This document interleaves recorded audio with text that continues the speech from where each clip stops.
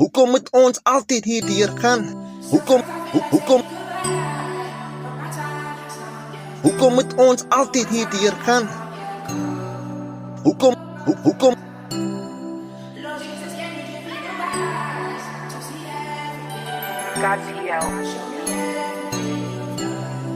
Scotty C got this one. Hoekom moet ons altyd hierdeur gaan? Hoekom moet ons altyd hierdeur gaan? Altyd hierdeur gaan. Hoekom moet ons altyd hierdeur gaan? Moet ons altyd hierdeur gaan?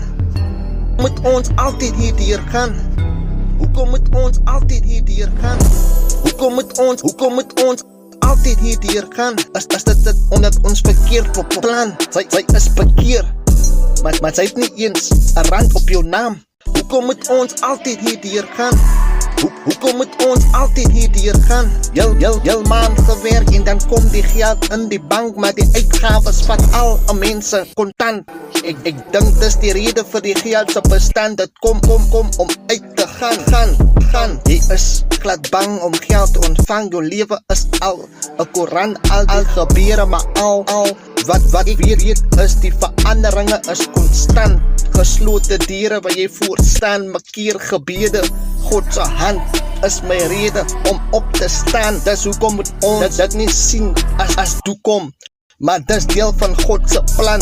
En dit maak die lewe van want sonder probleme is die lewe, maar die son se ondergang. Ons gaan deur dit en is onder druk, want dit laat ons meer bid van vreugde en stel God altyd eerste, en jy sal sien, hy word beter. So kom ons begin verstaan, want dit is deel van die lewe en God se band wat ons almal dra, God se naam. Hou net aan.